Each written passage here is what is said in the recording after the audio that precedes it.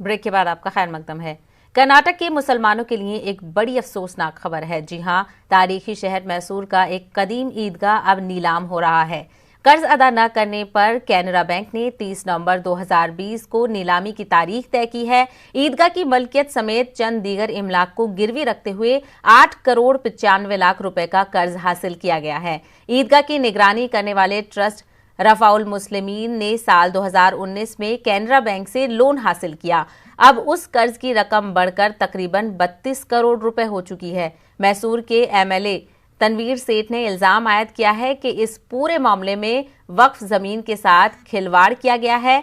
रफाउल मुस्लिमीन के ट्रस्टी इसके लिए रास्त तौर पर जिम्मेदार हैं। कर्नाटक वक्फ बोर्ड के अफसरों के साथ मीडिया से खिताब करते हुए तनवीर सेठ ने कहा है कि इस नीलामी को रोकने की तमाम तर कोशिशें जारी हैं। 95 करोड़ रुपए का लोन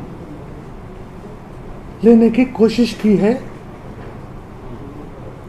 जिसमें अब तक इन्होंने 8 करोड़ 95 लाख रुपए का लोन लिया है। इसकी अदायगी जिस दिन से इन्होंने लोन लिया है, अदायगी आज तक नहीं किया है। इस वजह से मैसूर का कदीम ईदगाह, जहां लाखों लोग, करोड़ों लोग आज तक सजदा करते आए हैं, इस जगह को इन्होंने गिरवी रखा।